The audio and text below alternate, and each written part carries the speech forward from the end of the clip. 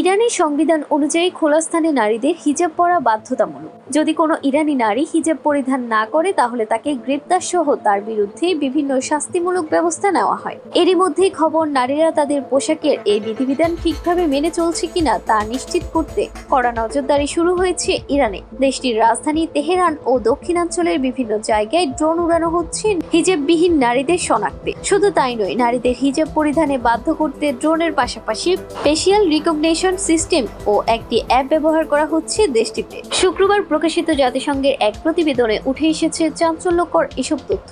প্রতিবেদন অনুযায়ী অ্যাপটির নাম হলো নাজের। এটি মোবাইলে ব্যবহার করা যায়। যদি কোনো নারী হিজাব না পরেন এবং তাকে কেউ দেখেন, তাহলে এই অ্যাপটির মাধ্যমে তার বিস্তারিত তথ্য আইন শৃঙ্খলা বাহিনীর কাছে পাঠানো যায়। সাধারণ মানুষ থেকে পুলিশ, যে কেউই এই অ্যাপের মাধ্যমে তথ্য পাঠাতে পারে। অ্যাপটির মাধ্যমে হিজাব না পরা নারীর গাড়ির লাইসেন্স প্লেট, অবস্থান এবং ওই নারী কোন সময় হিজাববিহীন অবস্থায় ছিলেন তা সব জানা যায়। এরপর অ্যাপটি তথ্য সংগ্রহ করে পুলিশকে সতর্ক করে দেয়।